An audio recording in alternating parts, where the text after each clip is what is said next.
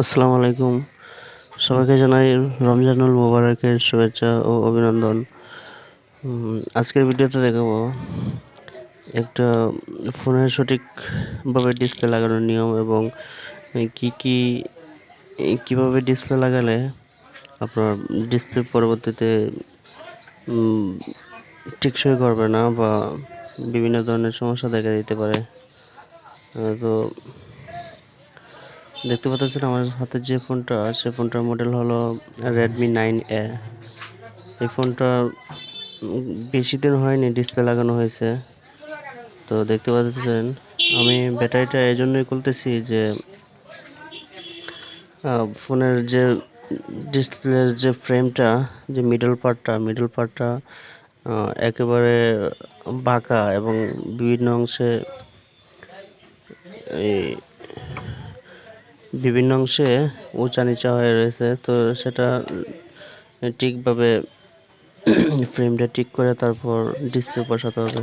তা না হলে এখন যদি আবার ফ্রেমটা ঠিক না করে লাগাই ডিসপ্লে, তাহলে আবার কয়েকদিন পরেই ডিসপ্লে চলে যাবে। তো দেখতে পাচ্ছেন আমি খুব সঠিকভাবে ব্যাটারিটা খুলে ফেললাম। তো এখন আমি ডিসপ্লেটা খুলবো। ডিসপ্লেটা নষ্টই হয়ে গেছে, ডিসপ্লে ভেঙে গেছে।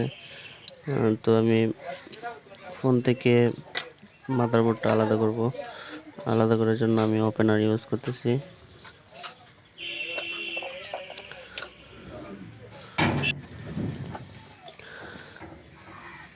ওপেনার দিয়ে আমি হালকা তুল দিয়ে তারপর মাদারবোর্ডটা তুলে ফেললাম। তো মাদারবোর্ড দেখলাম যে একেবারে ফ্রেশ মাদারবোর্ড, কোনো কাজ করা হয়নি। তো এখন আমি ডিসপ্লেটা তুলবো। ডিসপ্লেটা তোলার জন্য আমি 100 ডিগ্রি তাপমাত্রা রেখে তারপর হটের গানে ডিসপ্লের উপরে হিট দিচ্ছি, যাতে গামটা একটু নরম হয়, তারপর খুব সহজে তোলা যাবে। তো এভাবে হিট দিয়ে দিয়ে আস্তে আস্তে করে তারপর ভিতরে পেপার দিয়ে তুলে ফেলতে হবে।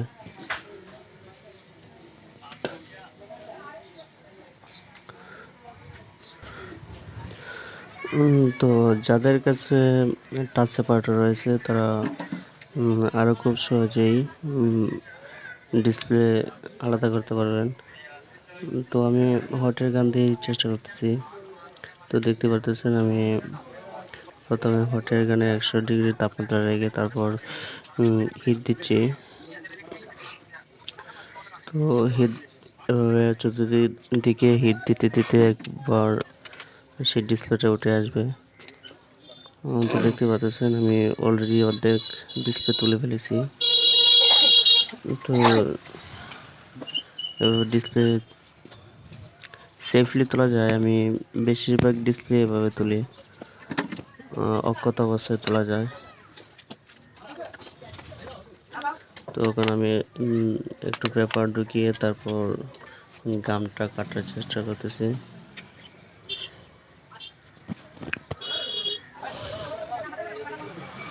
তো যেদিক দিয়ে ডিসপ্লের রেবন থাকে সেদিক দিয়ে হালকা তাপ দিয়ে তারপর, তো দেখতে পাচ্ছেন ডিসপ্লে অটোমেটিক চলে আসলো। তো ডিসপ্লেটা খুব সহজেই তুলে ফেললাম। তো এখানে একটা যে ডিসপ্লে লাগাইছিল এর আগে, এখানে একটা মিস্টেক আছে। তো দেখতে পাচ্ছেন এখানে যে লাল একটা পলি রয়েছে, লাল পেপার, সেটা তোলা হয়নি এবং যে রেবনের সাথে যে নীল পলিটা দেখা যাচ্ছে সেটাও তোলা হয়নি। সেখানে গাম থাকে, তারপর নিচের ডিসপ্লের বডির সাথে অ্যাডজাস্ট করতে হয়। তো তো দেখতে পাচ্ছেন পলিটা আমি তুলে ফেললাম এবং নীল যে পলিটা সেটাও তুলতে হয়। সে হয়তো সেটা তুলেনি। এখানে এখানে এই একটা মিস্টেক করলো ডিসপ্লে লাগানোর ক্ষেত্রে। তো এখানে এই নীল পলিটা তোলার পরে সেখানে ডিসপ্লে রেবনটা ভালোভাবে আটকিয়ে দিতে হয়, সেটাও করেনি। তো দেখতে পাচ্ছেন এখন যে গামটা দেখা যাচ্ছে এখানে নীল পলিটা তোলার পর সেটা ডিসপ্লের বডিতে করে সমানভাবে লেগে যাবে। তো দেখতে পাচ্ছেন একেবারে সিকিউরিটিভাবে লেগে গেছে। তো এভাবে যদি ডিসপ্লেটা লাগাতো তাহলে হয়তো ডিসপ্লেটা সমস্যা হতো না। আর একটা ভুল হয়েছে, সেটা হলো ডিসপ্লের যে ফ্রেমটা, মিডল পার্টটা সেটাও ভালোভাবে যে সোজা করে লাগাইনি। ফ্রেমটা বাঁকা থাকার কারণেই এই সমস্যাটা হয়েছে। তো ফ্রেমটা যদি সঠিকভাবে লাগিয়ে দিত, সঠিকভাবে সোজা করতো এবং ডিসপ্লেটা সঠিকভাবে লাগিয়ে দিত, তাহলে ডিসপ্লেটা এত তাড়াতাড়ি নষ্ট হতো না। কারণ কিছুদিন আগেই ডিসপ্লেটা চেঞ্জ করা হয়েছিল অন্য এক জায়গা থেকে। তো আমি মোবাইলটা হাতে নিয়ে দেখলাম যে ডিসপ্লের ফ্রেমটা বাঁকা। তখন আমি বললাম যে ডিসপ্লে ফ্রেম যে মিডল পার্টটা সেটা সোজা করতে হবে, তারপর ডিসপ্লে লাগাতে হবে। তো আমি সেই অনুযায়ী একটা বিল্ড করলাম। তো ডিসপ্লে ফ্রেমটা সোজা করে একেবারে ভালোভাবে তারপর এখানে গাম দিয়ে দিচ্ছি। তো আমি ফ্রেমটা সোজা করার ভিডিওটা হয়তো দেখাইনি, কারণ আমি অন্য এক টেবিলে গিয়ে তারপর ফ্রেমটা সোজা করেছি। তো এখন দেখতে পাচ্ছেন আমি চতুর্দিকে গাম দিয়ে দিচ্ছি। গাম দেওয়ার ক্ষেত্রে আপনি কখনো সাইডে চারা, অর্থাৎ আপনি যে ডিসপ্লে নিচে যেটা সেখানে দিবেন না। কারণ গত একটা ডিসপ্লেতে আমি দেখলাম যে এমনভাবে নিচে গাম দিয়ে দিছে, তো সেটা ওয়াটার ড্যামেজ ছিল, তারপর তুলতে গিয়ে অনেক সমস্যা হয়েছে।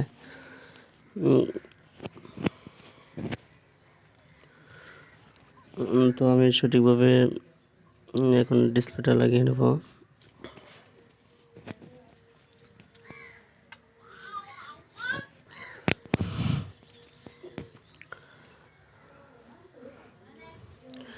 ডিসপ্লেটা সঠিকভাবে সমানভাবে বসিয়ে নেব।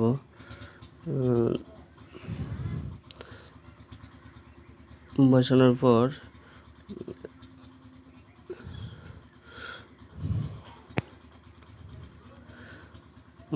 পর আমি এখানে স্ক্রু নাট সবগুলো বসিয়ে নেব। সেখানে আমি একটু টিস্যু পেপার দিয়ে নিচ্ছি, যাতে টাইলসের উপর বেশি চাপ না খায়। আর অনেক সময় টাইলসের উপর যদি কোনো নাট থাকে বা কোনো থাকে, তাহলে উপর দিক দিয়ে যদি আপনি নাট লাগাতে চান তাহলে ডিসপ্লে সমস্যা হতে পারে। তো আমি সবগুলো এভাবে ফিটিং দিয়ে নেব।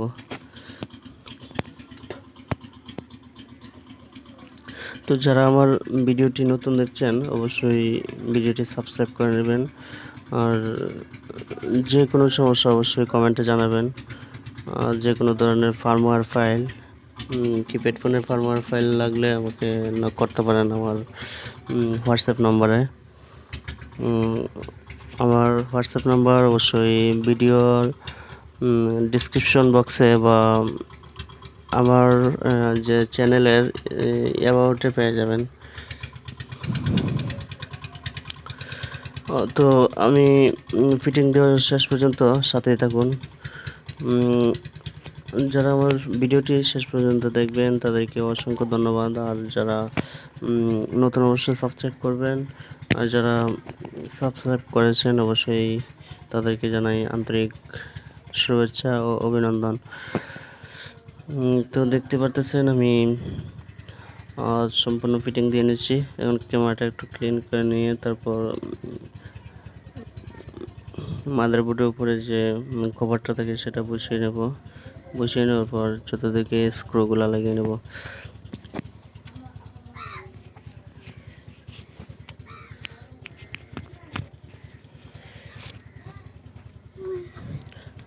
যাদের মোবাইল সার্ভিসিং পিডিএফ লাগবে অবশ্যই যোগাযোগ করতে পারেন আমার হোয়াটসঅ্যাপ নাম্বারে।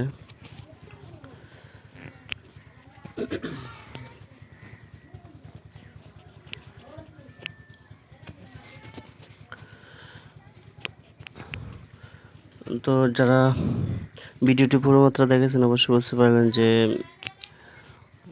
কয়েকটা মিস্টেকের কারণে এই ডিসপ্লেটা সমস্যা করছে। তো আরেকটা কথা, এখানে এখন ডিসপ্লের রেবনের যে টাচের যে আইসি থাকে, অনেক সময় দেখা যায় আইসি থাকে বা এখানে ক্যাপাসিটরগুলো থাকে, সেগুলো যেন পেপার দিয়ে ঢাকা থাকে, সেটা খেয়াল রাখবেন। যদি না থাকে তাহলে আলাদা মেডিকেল টেপ দিয়ে দেবেন। তো দেখতে পাচ্ছেন ফোনটা অন হচ্ছে, রেডমি লেখা আসছে। ধন্যবাদ সবাইকে। আসসালামু আলাইকুম।